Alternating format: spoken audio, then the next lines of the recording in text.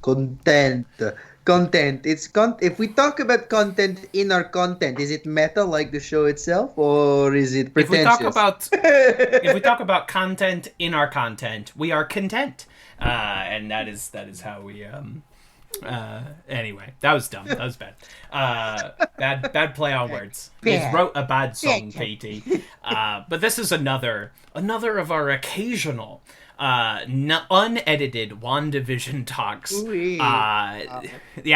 Second of not edited, just like when you confront that at the top, it's just like, and whatever you say is gonna be immortalized. It's going in. But it's more just a thing for the audience, because I do it's not as if I edit to the millisecond on the podcast normally, but this will be completely freeform, completely unedited, approximately 20 some odd minutes. But we're talking the third and fourth episodes of WandaVision, released on separate weeks.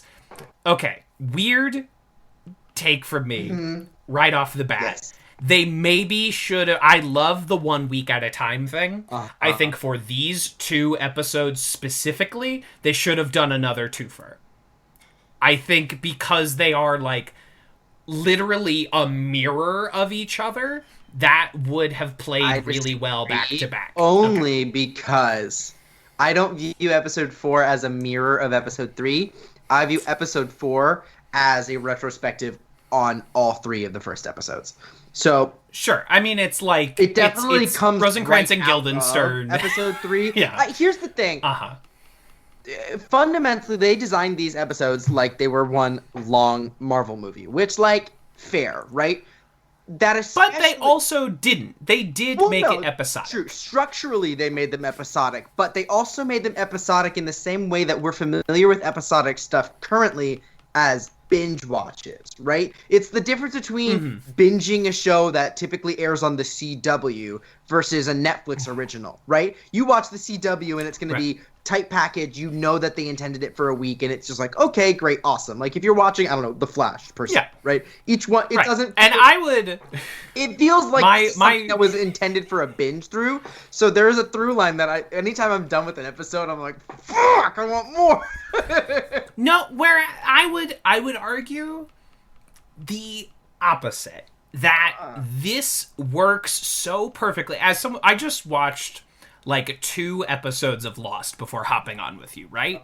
And revisiting that show, which was a fucking shining lighthouse of broadcast television drama, right? Love that and show.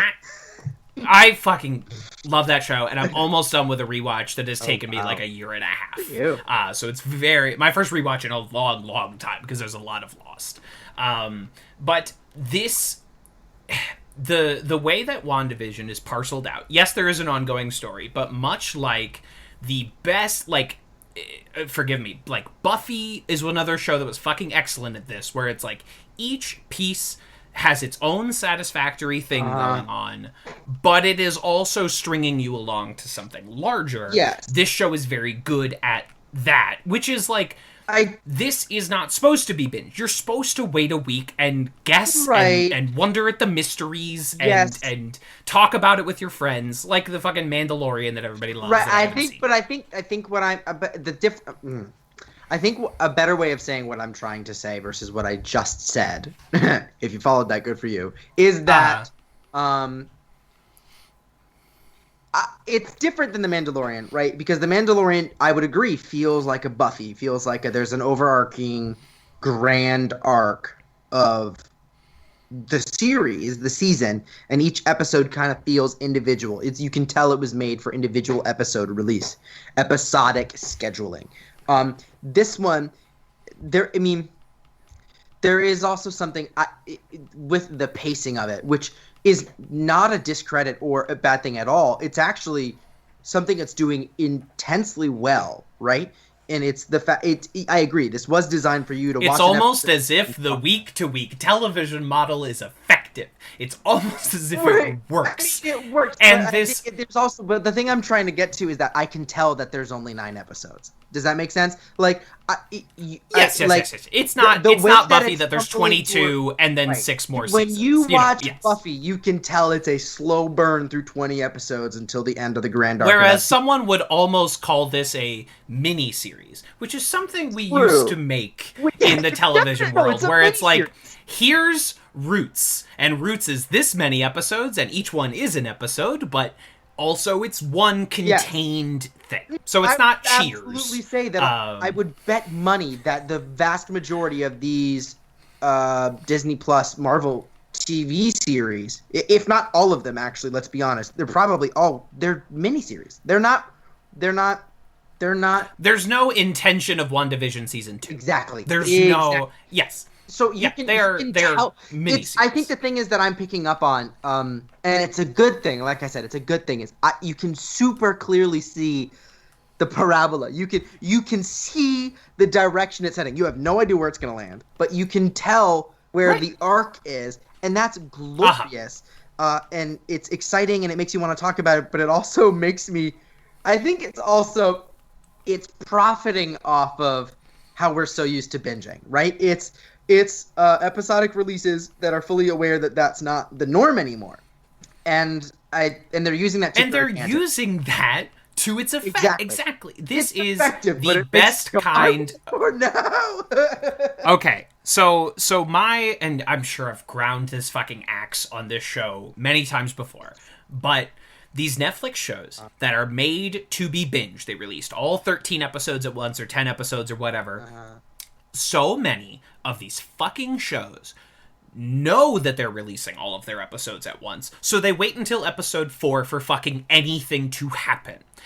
Whereas a show like Community is much more bingeable because you are getting these periodic dopamine hits. You are getting this, like, okay, 20 minutes, bam, new thing, and there's a reason that The Office was the #1 show on Netflix for like 5 consecutive years, because you could watch infinite episodes of The Office because every episode of The Office gave you a fucking feedback. It's like whereas like I tried to watch Netflix's Love, which like has Gillian Jacobs, has Paul Rust, Judd Apatow produced, Claudia O'Doherty, so many things that I love. It's a series. They did 3 seasons of it, and I got to episode 3, and fucking nothing had happened, and I was like, that's 90 minutes of my life. Whereas, like, this fucking WandaVision is the best kind of episodic show because it makes you wish you could binge it all at once. Yes, that. But I think it's also, yes, very that. But that's what all the best of these fucking shows. I think it's also that, what I'm also trying to get at is you can tell okay. This is my final statement on the matter. Probably not my final, but you get what I'm saying. Yes, and then we can talk about the show and not the concept of episodic television. The idea is this is a show that I can tell is going to thrive in both forms of consumption. This is going to be one of those things where it's like, while it's coming out episode to episode, we're all just like, wow, what's going to happen next? Oh my God. And like, just like, really trying to do that and really playing into it. And at the same time, when this whole thing is done and we go back and we binge all 9 episodes in one go, it's going to be a flawless binge. It is going to feel like one cohesive piece in a way that a lot of Netflix pieces do because they release all 13 at once. So they structurally create a show that is 100% binge-worthy because it was designed as an entire piece, but they also took into account what the effect is of that, and I would say more effectively so than Mandalorian. I love Mandalorian as like one of the few Star Wars things that I actually like truly enjoy, just my opinion. I do like the other ones, but I don't remember anything. Good. It's fun, it's great, but it's like this space western that thrives off of the whole like unique environment. This is a new story each episode, so that fits into it. This feels, I mean, literally from the meta sense, then we can get into these episodes now. From a meta sense, they literally made the first 3 episodes. Right, of a television show that Kat Dennings can then watch. Right, exactly. Which when that That's happens, fun. I was and I knew I knew she was gonna be in this, or like I had heard like a rumor or something like that, but I like forgot about it. I didn't really care. I've been listening to you a lot more and more about how you don't like to keep up with the spoilers, and it's been making me go, you know what? I need to stop like looking into this, because when the first movies that came out, they were so exciting because I had no idea. And I love to be surprised. when Almost she came all. on screen, I was like, yes! I was so excited. There to she see her is. back. Yeah. And they fucking hit Randall Park right after that. And fucking Tiona Paris, who I have been waiting since fucking Chirac in 2014. And you're so right. Yeah. I'm so sorry. I've been waiting for fucking someone to... I guess I was the only one that saw that movie. It seems as if I was the only one that saw that movie. It's a great movie. It's on Amazon. I know you all have Amazon. Go check it out. Good flick. But she is such a fucking breakout fucking star in that movie. But it was like the first Amazon Prime original before people were watching anything on Amazon Prime. Amazon Prime's big swing when they entered the streaming game was, we're going to be like the prestige one, the Oscar-winning one. And that so far has not come true, but that was what they were aiming for. That was that's what they were going for. Their shows are better than their movies, so that's good for them. That's true. Fleabag. We love Fleabag, everyone. Fleabag. Daddy Host has entered the chat. Daddy Host has entered the chat. Back in the studio with the glowing lights and everything. Caleb, what's up? Caught up on WandaVision, correct? Because that's what How dare you? How dare you even insinuate ask? that you would... Insinuate, right. But we're about halfway through our WandaVision 20-minute chat. And now we're finding what happens in the episode. And now we're hitting it. And can we discuss momentarily Tiona Paris, the fucking standout star of these two fucking episodes, who comes in and destroys and levels the playing field and just absolutely kills it, enters in that fucking like horror sequence where all the people are rematerializing from the blip, and they're reconstituting. When this episode started, I was stunned. I don't know why it was so shocking to me that we were seeing this. I should have seen it coming at some point, but I just figured we were like moving forward. You know, it was like, okay, the blip happened. Yeah. You know, we did the whole retrospective in Spider-Man, you know, of how we happened. We had a little aha moment of like the people coming back after the snap. Which I think they showed a little bit differently. They definitely did. No, they definitely did. They call it the blip, I thought, because in Spider-Man, they're like in the middle of a basketball game and the band just shows up. Which is hysterical. They don't like funny. Slowly like materialize like they do in WandaVision. That fit oh my God, in it was that movie. In the beginning. You know, that was the right tone for Spider-Man Far From Home. And then it was also the right tone in Endgame to have everybody just fucking show up. You didn't show them in Endgame. You just heard birds chirping and you got a phone call. And I think that is more powerful, more chilling, and more effective. It was paced brilliantly. They didn't need to do all the extra special effects. They were about to have the biggest fight scene in cinematic history. But like, for somebody who like watched Far From Home and was like, I mean, cool, people came back, but like, let's be honest, that's absolutely not how that would go. Right. This is what we've been missing. Sorry. And it was them doing it in a hospital, and like suddenly the hospital's like, just the thoughts of like, your mom died while you were gone. How many fucking things? How many people were like in care who disappeared?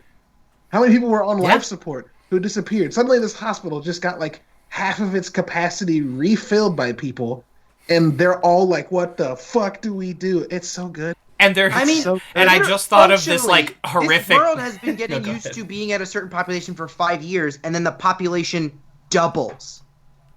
Yeah, returns. From what they spent 5 years getting used to. It's like, okay, we're for the sake of the argument, we're now at 1,000 people in this one location, right? And then after 5 years of being okay, so this is how much we have to budget and schedule out for food, for resources, for beds, for electricity, all this stuff. And then you're like, and now we have 2,000 people. Good luck, instantly.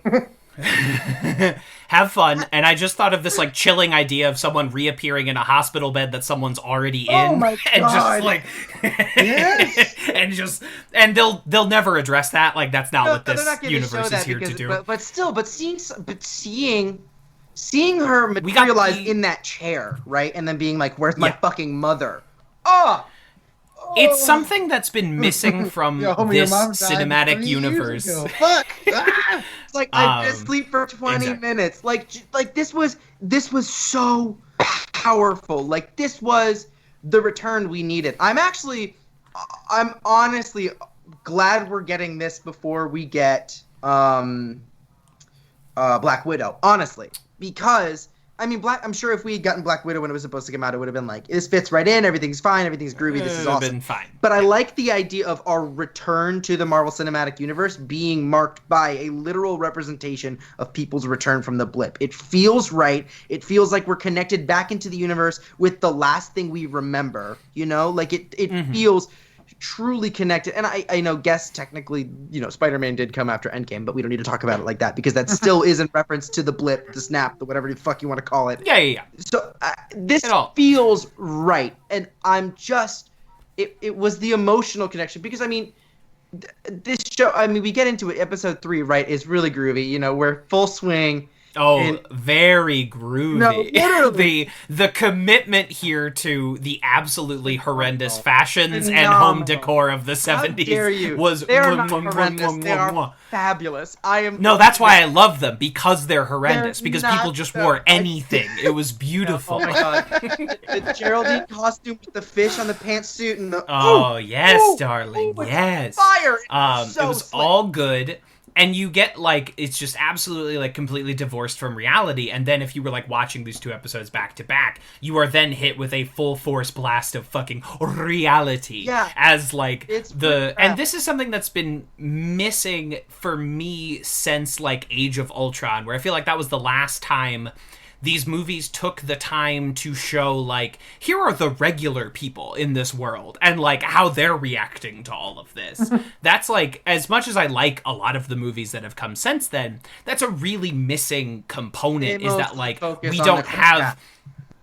Yeah, it's that, like, since Civil War, important things have only happened to important characters, you know? Yeah. If fake Bucky sets off a car bomb, it blows up Black Panther's dad, it doesn't blow up regular people. Yeah, I don't think we actually see when Thanos does the snap. In Infinity War, in any of it, we don't see anybody people. That's I mean we see like helicopters hitting buildings and stuff. Yeah, post credits of Infinity War. In a post credits. Yeah, but you see like an entire New York street. You see like an entire New York It's from a distance, and we are still we are on Maria and Nick. I think we are not on Joe Schmo. And Joe Schmo is important. Right. I think they spend a lot of Civil War talking. They don't show it, they talk about it, you know what I mean? Like they're talking about how like this is the way that your actions affect people, and it's like, granted, valid, and I think it was like what they needed to do in order to pull off the Infinity Saga, but it's exciting to see in an explicit sense literally this WandaVision we're gonna see more and more is about, again, Wanda doing stuff that affects real people. Regular ass people in a regular ass New Jersey town in Dirty Jers. She's taken it over, and she's fucking set off like a mind bubble. Oh, dude, I'm so excited. So like cool. My trajectory with this show I've never disliked it, but one of the things that I've had to do is like my grandma was a big critic of it initially because she was like, it's just so cringy. I remember watching these shows and it's trying to copy those shows. And I was like, I didn't get mad. But I did have a moment where I was like, okay, look, you probably didn't know that Marvel Legends on Disney Plus was like a way for you to find a character that's in a show and watch like a 7-minute recap of why you should fucking care about them. But that exists. No, why would your grandma know about that? And then like after that being like walking through the whole story, like, okay, so Age of Ultron, the one with the big robot, where they take a big part of a city up and then he's going to throw it into the planet and wipe out humans. In that, they introduced this brother and sister who are mutants, but they didn't own Fox at the time, so they call them Miracles. We'll leave that out. Also, Fine. Wanda. Also, they're Magneto's kids, but fuck it, we'll forget about it. They show up and they're really bad, and then they find out that Ultron's really badder. So then they join the Avengers, who are just kind of bad, and become superheroes because superheroes are all kind of bad. And then, like, from there, she falls in love with Vision because Vision saves her life from Sokovia. And then he's watching her in Civil War. I don't know if you remember this, Grandma, which she absolutely didn't. That's totally fine. But walking through Right, like, I mean, why these you should care about movies- these things, and then getting to this show and being like, here's the thing. And I have a little extra information because I listened to a podcast with Paul Bettany on it. They're not recreating the Dick Van Dyke Show to be like, this is just like the Dick Van Dyke Show. They're creating the Dick Van Dyke Show because the first episode takes place in a part of the Dick Van Dyke Show neighborhood you just didn't see. It's not like they're trying to recreate a thing. They're saying, no, this takes place there. It's just the part of the neighborhood that isn't focused on the Dick Van Dyke and those characters. So ostensibly, like, they could have, in the background, had fucking Dick Van Dyke in a shot. Because the Dick Van Dyke cinematic universe. They de-age him what they do with all the guys. So I terrifying. I love what that says, though, on a broader scale about how this show is about how Wanda's actions affect other people. Like people that we haven't cared about. Like, that reinforces that idea of being like, no, they're not just like creating, this is affecting other things. So in this conversation, my grandma's like, and I'm like, okay, here's what I'm going to try and find the Facebook post. I'm not going to find it because why the fuck would I when I need it? But basically it was her and a couple of family friends and her friends being like, I don't like it because it seems dumb. And then me hopping in, which is fine if you're not. Seems dumb. I mean, like, we've all been there. But, like, no lie, like, watching the first few episodes where there's a fucking laugh track is difficult. It's weird. Out of that for years now. Sure, and so like, I hopped into this comment thread to be like, okay, resident nerd chiming in.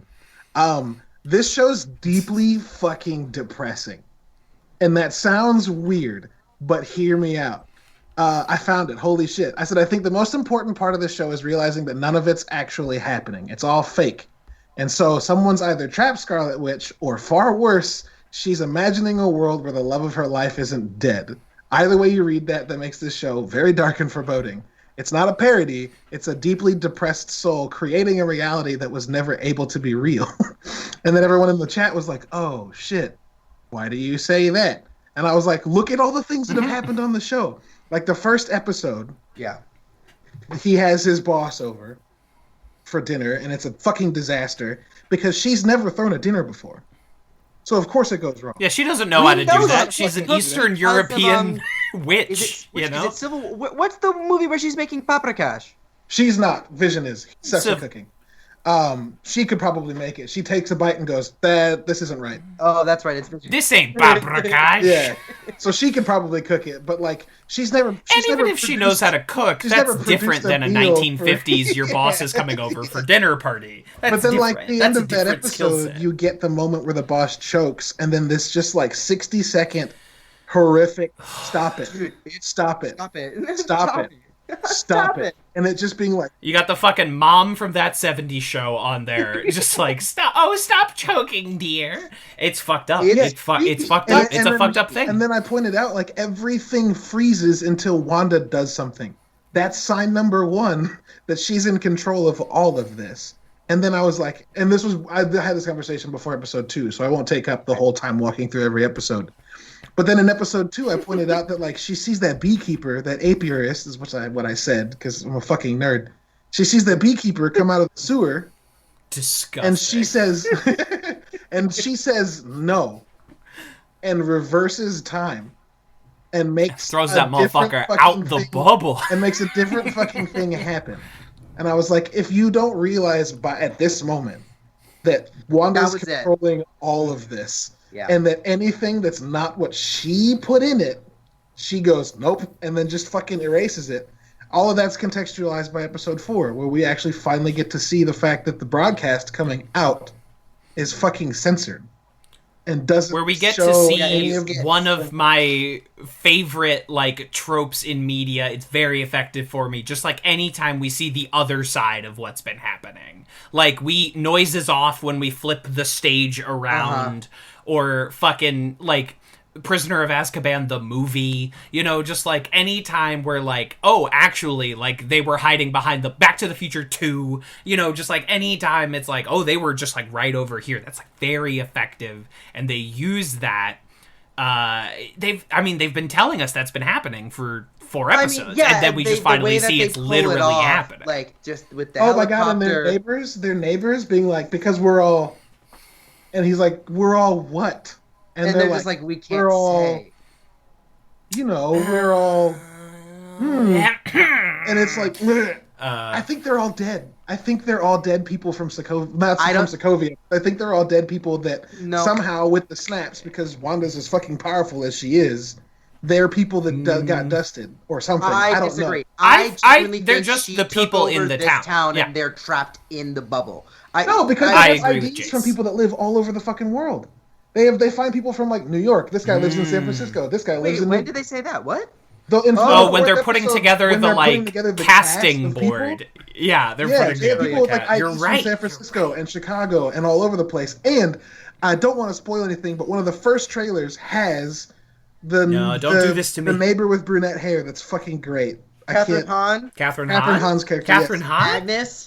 There's a moment in one of the first respect trailers. on Catherine Hahn's name. There's a moment in one of the first trailers where Catherine Hahn's looking at either Vision or Wanda and says, "We're all dead." No, she says, "Aren't you dead?" Stop telling me about trailers I intentionally didn't watch. Okay. I purposefully did not watch trailers because I wanted to be surprised. I don't know if they're all dead. I'm not sure. I don't know. I don't know where the people come from, but they're not from this town because this town's not real. This town's not real. No. But except for the fact that actually, no. I just realized my question isn't the question I thought it was, because we're introduced to episode 4 with it being like it's a missing persons case, and the people from this town are now missing. No, right. the cops say what's the town called? West Haven. They're like Eastview's a place. Westview's not. Right in front of the Westview sign. That's my point. This town's not a town that's been disappeared. It's a materialized town. Wanda created a whole fucking town and then put a wall around it to create a thing. But Eastview's the town. The cops are like, Westview's not a fucking town. Whatever this is, it's not real. So the people in the town can't be from the town because the town doesn't exist. Caleb, all right, my brain right now. My pitch is it's a real town in that there are literally like buildings that were there before and a sign, but for some reason it was abandoned, and she's brought various dead or missing people. I guess we'll think. My theory is that the town isn't real at all and that she created all of it. The only reason why I disagree with that is the cops act like it doesn't exist at all. But then why would there be a bubble? Why would there be a bubble with buildings we can see? The Westview sign is outside of the bubble. Did she build a sign? The Westview sign Did she build that sign? She built everything else, and it changes every week. Are you suggesting that the town is once 50s and 60s and 70s? The Westview sign isn't in the bubble, so it's not within the realm that she's creating. Or she put that out, or she put that outside the bubble so people could see it and wouldn't go near it. Nah. But that doesn't explain why they're saying that there's people missing from this town. But they're not. They're not saying there's people missing from this town. Yes, there are. That's the reason why Monica Rambeau goes there. Sword's like, hey, there's a missing persons case. And she's like, doesn't this seem a little small potatoes for what we do? And then she gets there and they're like, it's actually more complicated than that. So it's not actually a missing person. That's the point. Okay. They say it's a missing persons case because they're trying to figure out where the fuck everybody in this town is. And then they get there and the people that live there are like, there is no town. This town's not real. Oh man, now I'm just completely like, wow. Okay. So I thought I was like forming an idea as to what was going on, and now I have no fucking clue again. The most confusing part of the whole 4th episode for me was when the 2 cops that are from that area go, that place doesn't exist. Because like, she's rewriting their brains. That's what I got. Because I got the same as Kevin. I got because like, but no, she's not that's rewriting anybody else's brain that's nearby. Why would it just be those guys? We haven't seen anyone else nearby. The family members of people from that town that are missing. They talk about that. They say we asked them, and they're like, exactly. We're like, okay. No, they don't remember anything. And there's a moment specifically where they ask the cops. No, I don't know. Because okay, okay, nerds. Wait. But they ask the cops, like, what about Westview? And you literally see they snap back to Wu and Rambo, and you watch her. She literally turns her head to look at the sign that says Westview, and then looks back at them like, "Are y'all fucking blind? Like, hello?" They make a point of showing us that. To be like, why don't you even see the sign that's right next to you?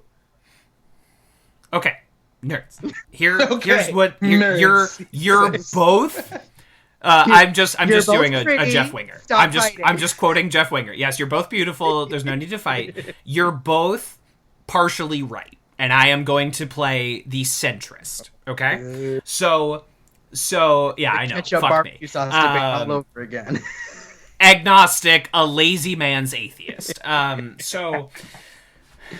So the town, the literal buildings are real. They were there. Mm-hmm. And they were there before Wanda got there. But she is creating one of those she's rewritten the people around it to forget about this town. That's why the cops have had this idea of Eastview rewritten into their minds. It's not literal that only Eastview exists. It's that Wanda has taken over Westview and made the people around them forget. Because why would Wanda build a highway? Why would Wanda build a series of buildings? She took over a town that was already there. We will get some piece of revelation as to what is wrong with the town. I'm going to say some kind of sewage or nuclear plant thing. The town was mostly abandoned. She came there for some story-specific reason, took it over, and now it is under her domain. She did not create a new town, but she has taken a town that exists and turned it into a Hollywood studio backlot. And she brought people from around the country into that town. And she brought other people for various reasons that we will find out. So you are both partially correct. You know what, Kevin? That is my theory. My theory to bookend both sides is that she landed in a place... How can we both be playing both sides? No. I mean, like, you were one of the sides. You're not in three dimensions, Kevin. To bookend my... This is a bipartisan bill of WandaVision. So hear me out. Reaching across the aisle. Things that make me disagree with your synopsis for a couple of reasons. The number one being in episode 3, before shit hits the fan and we get to see on the outside, when Vision's outside talking to his neighbors, there's no draw distance. There's nothing in the distance. It's fake painted walls. I think that's more so a reference to the style of cinema. The sitcom, exactly. Is that like era. When you watch Home Improvement, they've only built the 2 backyards. That's why you don't see any other. Sure, but hear me out. Hang on, but hear me out. It's not like that in episode 1 or 2 at all. It's only like that in episode 3, which leads me to believe she's fabricating the whole reality, meaning that the town is whatever she wants it to be, which means people see it from the outside as whatever she wants them to see it as, which means inside there may be no buildings at all. She's got the ability to create and dissolve reality. I think she's taking this town that we see from the outside. Maybe she is fabricating the way we see it from the outside. This is a possibility. I don't want to say that that's flat out wrong. It just if you're going to put a bubble in the ground that's a stasis field that nobody can get into, why would you make it look like a stasis field? You make it look like a town that's unassuming. But why would you make it? Why would you make it in the middle of a road that literally says "drive into me" when you want? Yeah, why wouldn't you redirect the road? Why wouldn't you make it look like an empty field? Because she's clearly had a mental break. We're expecting logical thought out of somebody who's fabricating a reality so that she can act like the world isn't real. So asking her to do logical things makes no sense. This entire premise is exactly. illogical. What we're saying is that it's the illogical thing of I've just taken over a town that anyone could theoretically drive into. That that's why she doesn't put like a glamour or redirect the road, is because it is a real town. The infrastructure was there, the sign was there, all of this is there, and she's just put one of those fucking fantasy book glamours, like, you can't think about this thing. You can't see the thing you're supposed to perceive. Hold on, because now I'm thinking along the lines of what Caleb's saying, and there is something to be said about the fact that whenever anything enters into that bubble dome, it vanishes from our sight, which implies that this is some sort of cloaking mechanism. And it might not be a cloaking mechanism. It can be interpreted as two ways, which is the debate right now. It's one, she's taken what was there, put a bubble around it so it looks like what was previously there, and she can manipulate everything on the inside. Or conversely, she's created a bubble reality entirely with a false exterior to disguise what she's creating on the inside. And now I'm like, I don't know which one it is anymore. Really, the only debate we're having is whether the buildings were there before she got there. But the other thing is they go in through the sewer to come out on the other side through the sewer, which to me implies there's a sewer system. Some sense of consistency with what they're expecting to be there and what is actually there. I think she's manipulating the inside. The reason why episode 3 we see it look like there's no wall is to probably, one, reinforce the idea that those people are trapped, because they're literally trapped in a place that you can't walk 20 feet without hitting a literal painted wall. And also for an aesthetic choice to make sense with that. I think it works as a metaphor as well as an homage to the genre. I think this is gonna. Here's the other thing is we're not gonna get an answer for a little while. But I think there's two things that I'm thinking of right now. One, why the fuck did her grind through the wall? There's got to be a reason for that. Especially even when it was pointed out when he's cutting the hedges and it's because Wanda was distracted and her ability to maintain the illusion failed. Okay, because Monica came in and started saying shit, and she was like, "Nope, that's not part of what I made up."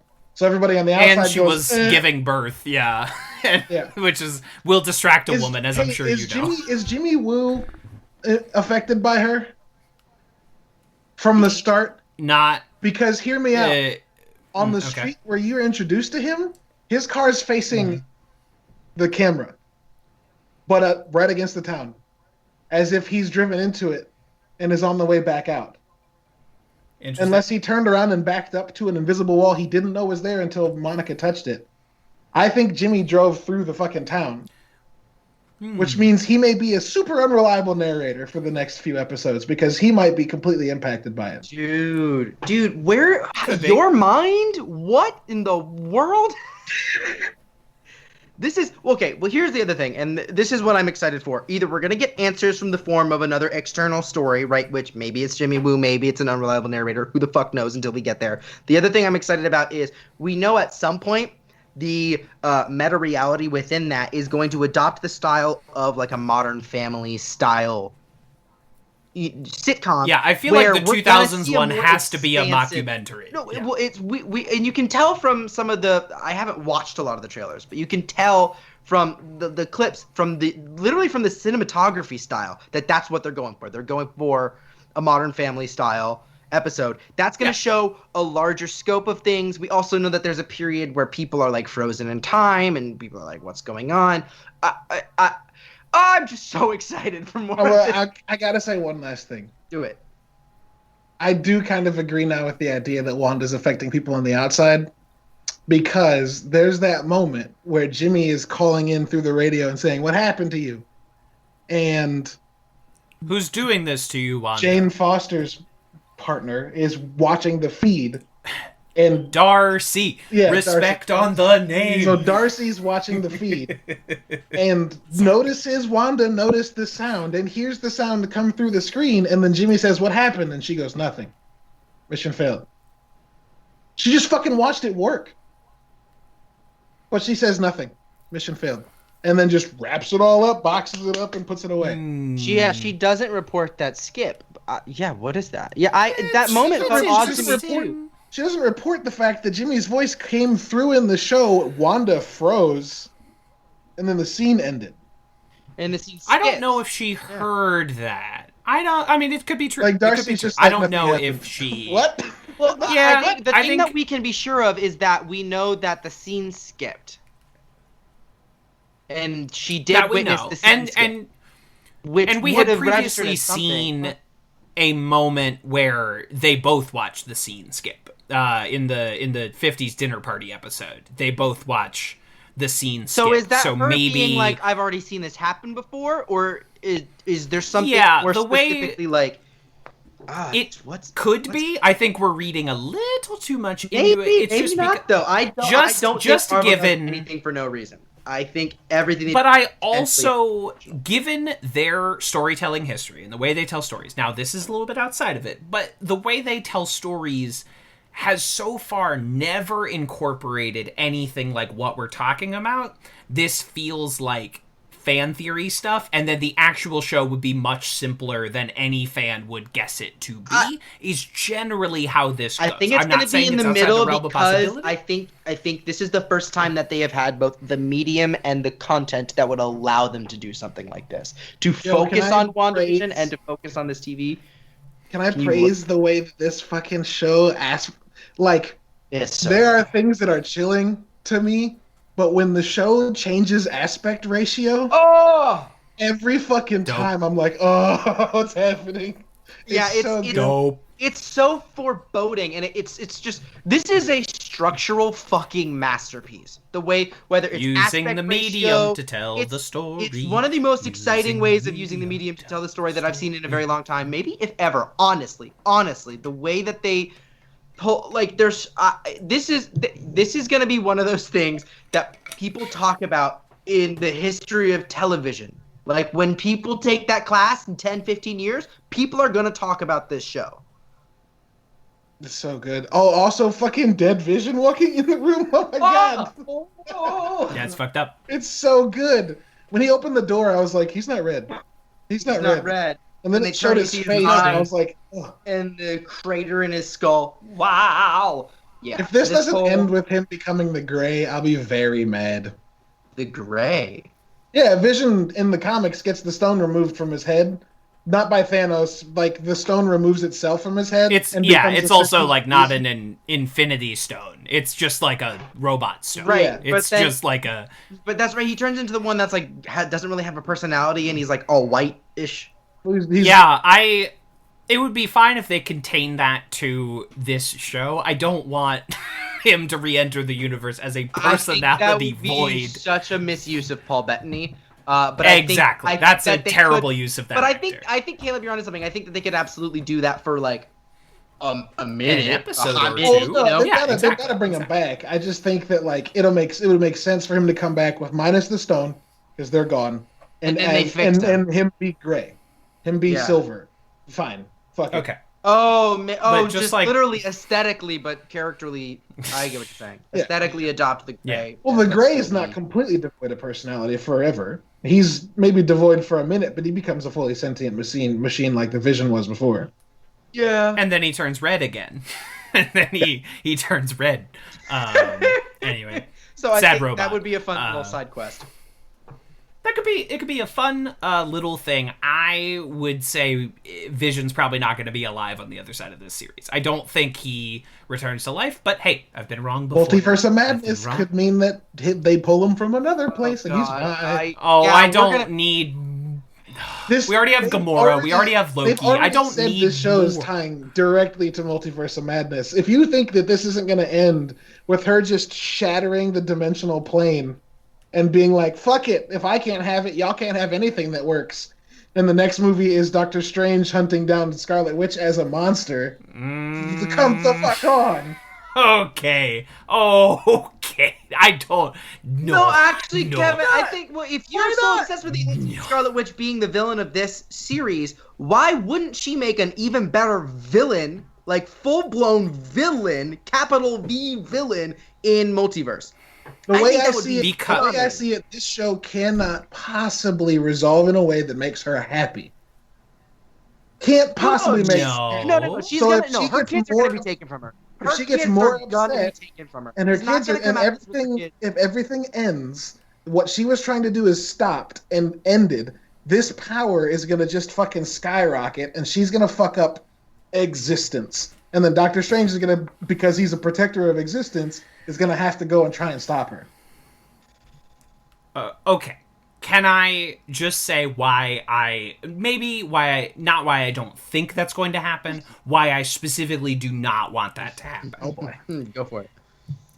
Because the one thing that I ask of this show, the absolute only ask that I have of these 8 or 9 episodes of WandaVision is that they not be fucking set up for something else. Tell a 9 episode story and end it. You know, you set up Monica Rambeau. Great. She can go do Captain Marvel 2. You know, you've got Jimmy Woo and Darcy in the mix. That's fine. Now you have these pieces. You've got the twins, theoretically, who can go off and be gay in the Young Avengers. That's great. What I don't fucking want, what will leave me so angry and unsatisfied at the end of this, is if it's just, and now she's gonna go be the villain in Doctor Strange 2. What I want is for one of these goddamn movies to end conclusively and be their own story, not just be set up for the next Kevin, thing. the only movie so far in the entire catalog of the saga that I would say doesn't do that you're specifically talking about, is Infinity War. All of them end conclusively, but they have a door open. And I think that they will be able to pull that off with this. I don't think...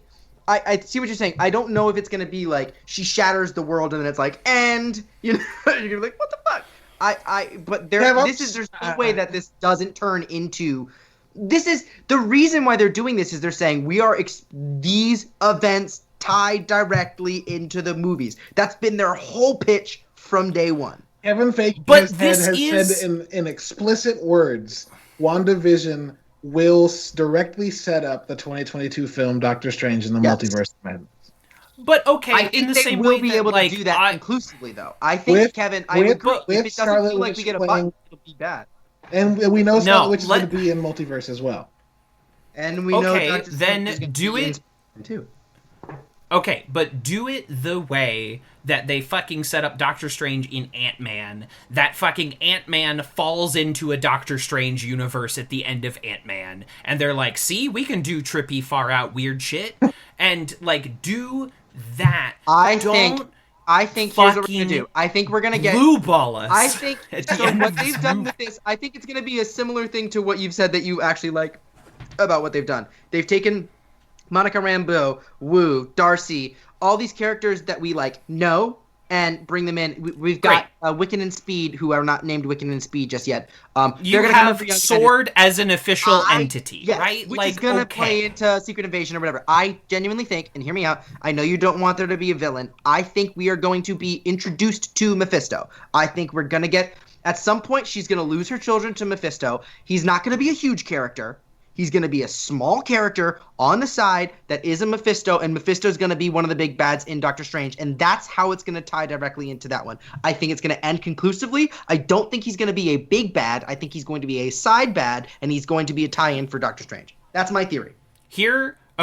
I have one proposal for how that would work for me, and that is if Catherine Hahn is playing Mephisto. Anyway, no, she's gonna be Agatha Harkness, who speaks for Mephisto. She's gonna be the reason we get to know Mephisto.